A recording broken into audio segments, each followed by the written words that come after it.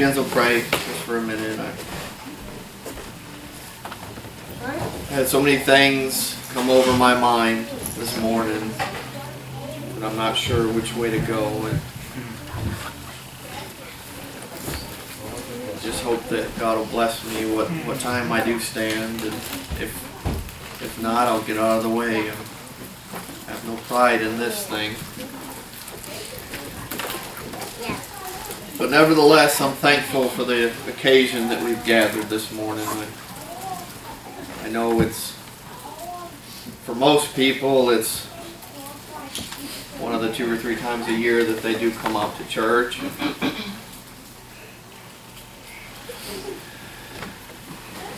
And I hope that God will let us use the opportunity.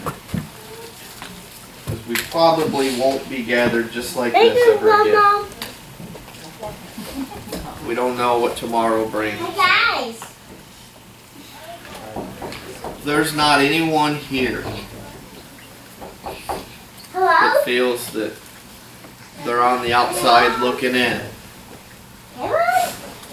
We still have little children back there that need to see, like Dad was talking about, they need to see their moms and dads and aunts and uncles and cousins coming together and trying to serve God. Right. They need to see that. And I know as mine get older, and Gabby's going to be a teenager this year, it scares me. And I've got 2 others that are right behind her. There's going to come a time when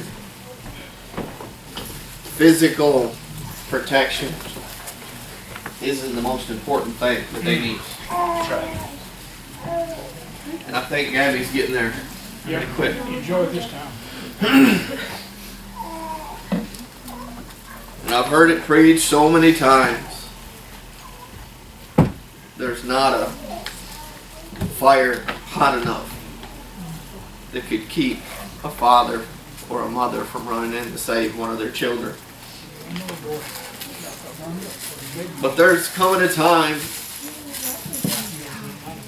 when there's going to be a sickness set in. Yeah. That mom and dad can't help them with. Mama and Papa can't help them with. And I remember, I don't know why this is on my mind in praying. But I remember growing up, Come on. being Brandon and you and my cousin Chad and my cousin Mike. We were so close. We loved hanging out and getting into trouble and making a mess of things. I remember in Michigan one winter, it was cold and we was out and we was skating on the little frozen pond. You remember this? Yeah. And it was the 4 of us there, and we were skating around on it, and I must have probably been no more than 8 years old. Listen, and the ice cracked right down the middle, and I fell, and the sheets started going in, and I slid right underneath, in between those 2 sheets of ice. Listen. And it was everything I could do just to holler out because I was on the other end, that little pond away from the other 3 boys. And it was everything I could do to raise my hand and call for help. Listen, and I don't remember how long, I prayed for a minute, I don't remember how long I was in between those sheets of ice there. But I remember feeling a hand reach down and grab my jacket, the back of my coat, and pull me out. And it was my cousin Chad, no doubt saved me. I didn't think much of it at the time, but looking back, how scary that really was. but I remember a time when I was sinking, when I was drowning, on account of my sins. Listen, when I was 18 years old, I'd run away from home. Listen, I didn't think that mom and dad knew best. I couldn't live by their rules no more. I thought I was awful tough, but as the waves began to crash around me, I found myself sinking on account of my sins. But in September of 2003, I made a little cry for help. Listen, when I thought, listen, all hope was lost, when I was sinking into that cold grave, I made a little shout for help, saying, Lord, save me, lest I perish, just like Peter did when he was walking out across that water. No doubt in his mind, was going to show the disciples how faithful he was. No doubt going to show them, listen, how much Jesus meant to him. Look at me, when Jesus told him, step out of the boat and come to me. And he took a few steps, no doubt feeling pretty confident.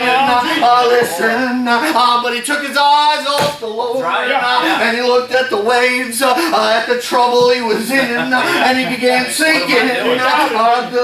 No doubt, reality set in and said, I'm standing on water.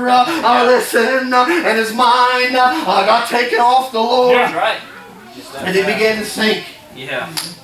He dropped. And no doubt the Lord looked at him and thought, you can make it 2 steps. You made it 2 steps. That's got me written all over him. I'm standing right here. How many times did Peter deny him there? How many times was he willing to fight 1 second, draw a sword and defend my Lord against the soldiers? Listen, as long as Jesus was right there, he was pretty faithful. Listen, and no doubt Jesus just reached down and patted him a little bit on the head and said, Peter, why do you have such little faith? Why do you doubt? How many times have you seen me perform miracles when the world had given up? And he pulled him out, he reached down and picked him up. And I think about all the times that Peter, the last thing that Peter deserved was mercy. But that's what he got. That's right. And I can look back. I can look back over the timeline of my life. And at the deepest and darkest points of my life, the points where I made the biggest mess of everything, I can look back and all I can see is mercy just smeared over those mistakes that I've made. Listen, just like that prodigal son that thought he knew better than his parents, was going to make a big name of himself. I left his home, I left his family, those that loved him. Listen, and he went out in the world. And the world showed him how tough he was. The world showed him what they thought of him. Listen, he was down eating out of the troughs with the pigs. That's how tough he was. But he remembered his father's house. He remembered the comfort, the love. Even the servants. You did too, didn't you? He remembered. Remember God. He remembered that love that he felt. And it's the same thing when I was lost and undone. That's right. We had an old sister, Sister June. And even when I was still on the outside looking in, no doubt the night before was in all manner of trouble. Listen, I was guilty. Listen, and you know what? When I walked in that door, she'd meet me at the door and hug my neck. And I felt love. Listen, and that stuck with me. when I left Yeah. and I ran away from home, I remembered that love. Amen. I remembered that feeling. Maybe there's something to what they're talking about. Listen, and then that prodigal son, he remembered how good he had it in his father's house. And now even the servants have it better Oh yeah. than he did. Yeah. Yeah. And I remember thinking to myself as I was getting hugged and thronged by everybody, just a lost sinner boy, Yeah. so full of sin and guilt. Listen, I remember thinking, if you knew what I was doing last night, you wouldn't love me. But I'm here to tell you that the love of God, it overlooks all those things. The Spirit Yes. of my Lord, it's seeking out the heart, not the natural things. When that prodigal son, he finally made the decision, I'm going to go back home. Yeah.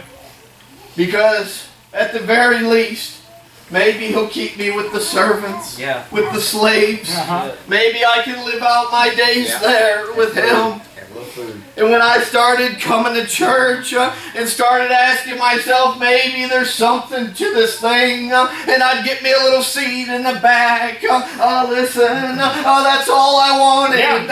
Was just leave me alone. Let me sit way in the back and just listen. But this is the way the Spirit of God works. Boiling pot is going to boil over, not just simmer. Listen, and I begin inching up the pews a little bit, wanting to get a little closer to what that feeling was. Want a little more of that. Yeah. Wanting it to last a little longer. And when that prodigal son returned on a far hillside and his father looked up and seen him coming, Yeah. he didn't just leave him and let him continue walking by himself. That's right. He said, bring me the best coat that we've got. Bring me the best rings that we have. And he took him from his servants. And he went, ran running out to meet him there. That's the way my God works. Yes, When I finally stood up and said, Dad, I don't even know if you'd open up the church doors or not. But something told me now's the time.